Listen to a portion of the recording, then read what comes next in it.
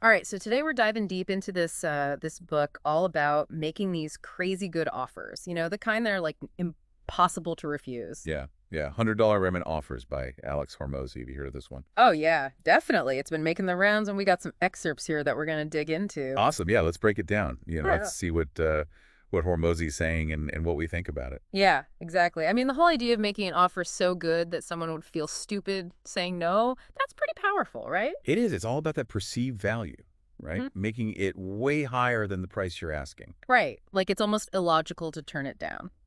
Yeah, he's not just talking about like a discount or a sale, though. And It's more than that. no, it's like he says you got to layer on the value add stuff in bonuses guarantees even. Yeah, I've heard of that Grand Slam offer thing he talks about, right? Exactly. Yeah, he breaks it down into those like four main things, the dream outcome, right? So like what the customer really wants. Mm-hmm. So you're really hitting on that deep desire. Are they going to get it? Yeah, exactly. And then how long is it going to take, the time delay? And then how much work do they have to put in themselves, right? The effort. Totally. So if you can make that outcome seem super likely and fast and easy, boom. You got a winner. It's like you're removing all the barriers. It's like you're taking away all the reasons they might hesitate. Exactly. And he really hammers this point home. You have to really know your customer. Like their deepest fears and aspirations. Yeah. What are their pain points? What are they really trying to achieve? Because if you don't know that, then your offer is not going to hit the mark. It's just going to be like, meh. It's going to be generic. It's not going to speak to them personally. So thinking about your own business, whatever you're offering, what are those anxieties your customers have that you could address? Now, hold on a second. This all sounds good in theory, but could there be downsides to this whole more is always better approach? Yeah, that's a good point.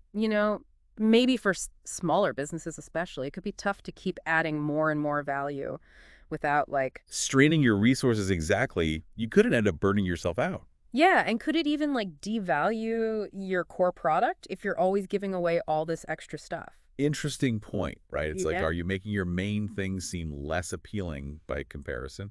Right. It's almost like he's saying you have to believe in what you're offering first and then make it even better with these strategic additions. I like that strategic additions. Yeah. Yeah, because they have to make sense. They can't just be random. Right. So imagine you're selling a photography course online, right? That's your core product. Okay, so what could you add to that to make it irresistible? Well, maybe you could throw in some personalized feedback sessions with a pro photographer. Oh, that's good. So you're getting direct expert advice. And then maybe lifetime access to an exclusive online community where you can connect with other students and share your work. Wow. So you're building in that support and community aspect. Exactly. And suddenly just buying the course by itself feels less appealing, And right? way less appealing. You're missing out on all that extra value. Okay, so let's try to apply this to a different scenario, like a local landscaping business. All right, so they mow lawns. What else could they do? Well, instead of just mowing, they could offer a whole package deal, right? Like mowing plus shrub trimming plus seasonal cleanup. Okay, so you're bundling together multiple services. And then they could throw in a satisfaction guarantee, like if you're not happy with the work, we'll redo it for free. Smart. So you're taking away the risk for the customer. And they price it all at a point where it's still cheaper than hiring separate companies for each service. So it's a no-brainer for the customer. Yeah. Right, you're getting more for less. Exactly. So what Hormozi's really getting at is this. You have to really get inside your customer's head and figure out what they're looking for.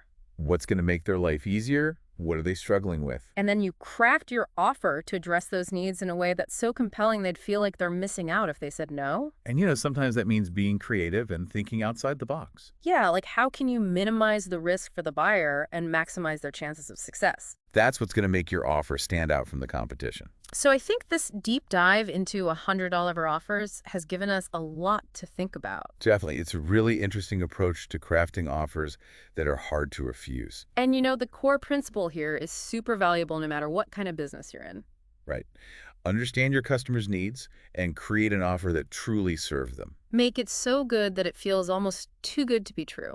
Now, I'm curious, after hearing all this, what's one thing that stood out to you about creating an irresistible offer, something you might want to explore further? Yeah. What's your big takeaway from this deep dive? Let us know in the comments. And that's it for today. Thanks for joining us. Until next time. See ya. Bye.